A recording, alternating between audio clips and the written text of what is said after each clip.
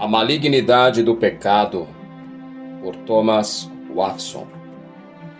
O pecado abate uma pessoa, e foram abatidos pela sua iniquidade. Salmos 106, versículo 43.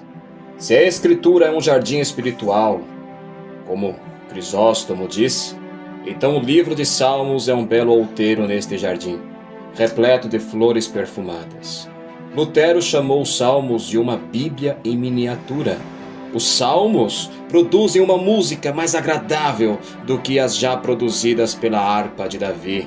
Os Salmos são projetados para cada condição da vida cristã e podem servir para iluminação ou para consolo. No Salmo 106, Davi fala sobre os pecados do povo de Deus. Em primeiro lugar, ele fala sobre os pecados deles em geral.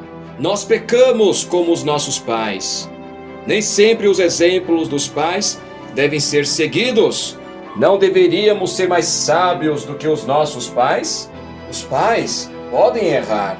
Por vezes, é melhor para um filho herdar a terra do que a religião do seu pai.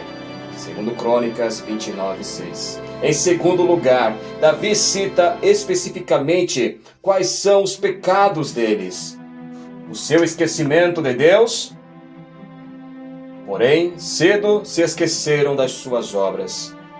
Ou, como está no original, apressaram-se a esquecer das suas obras. O Senhor fez um milagre memorável em favor deles. Deus afogou os inimigos de Israel.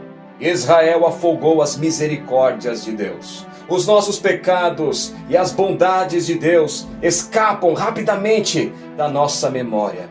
Tratamos as misericórdias de Deus como lidamos com as flores. Quando são frescas, as cheiramos e as usamos para enfeitar nossas roupas. Mas em pouco tempo, as deixamos de lado e não nos importamos mais com elas. Eles cedo se esqueceram das obras de Deus. A sua cobiça desenfreada, mas deixaram-se levar pela cobiça no deserto. Eles se cansaram da provisão que Deus lhes enviava miraculosamente desde o céu. Eles se tornaram melindrosos e clamaram por cordonizes. Não se contentaram que Deus suprisse as suas necessidades, mas queriam que Ele também satisfizesse as suas cobiças. Deus permitiu que tivessem o que queriam. Eles tiveram as cordonizes, mas junto com sua ira, enviou magreza às suas almas. Em outras palavras, Deus lhes enviou uma praga pela qual eles definharam e foram consumidos. A sua idolatria. Fizeram um bezerro em Horebe. Eles formaram para si mesmos um deus de ouro e o adoraram. A Escritura chama os ídolos de vergonha. Oséias 9:10. Por isso, Deus deixou de afirmar que eles eram seu povo. O teu povo que fizeste subir do Egito se tem corrompido. Êxodo 32, versículo 7.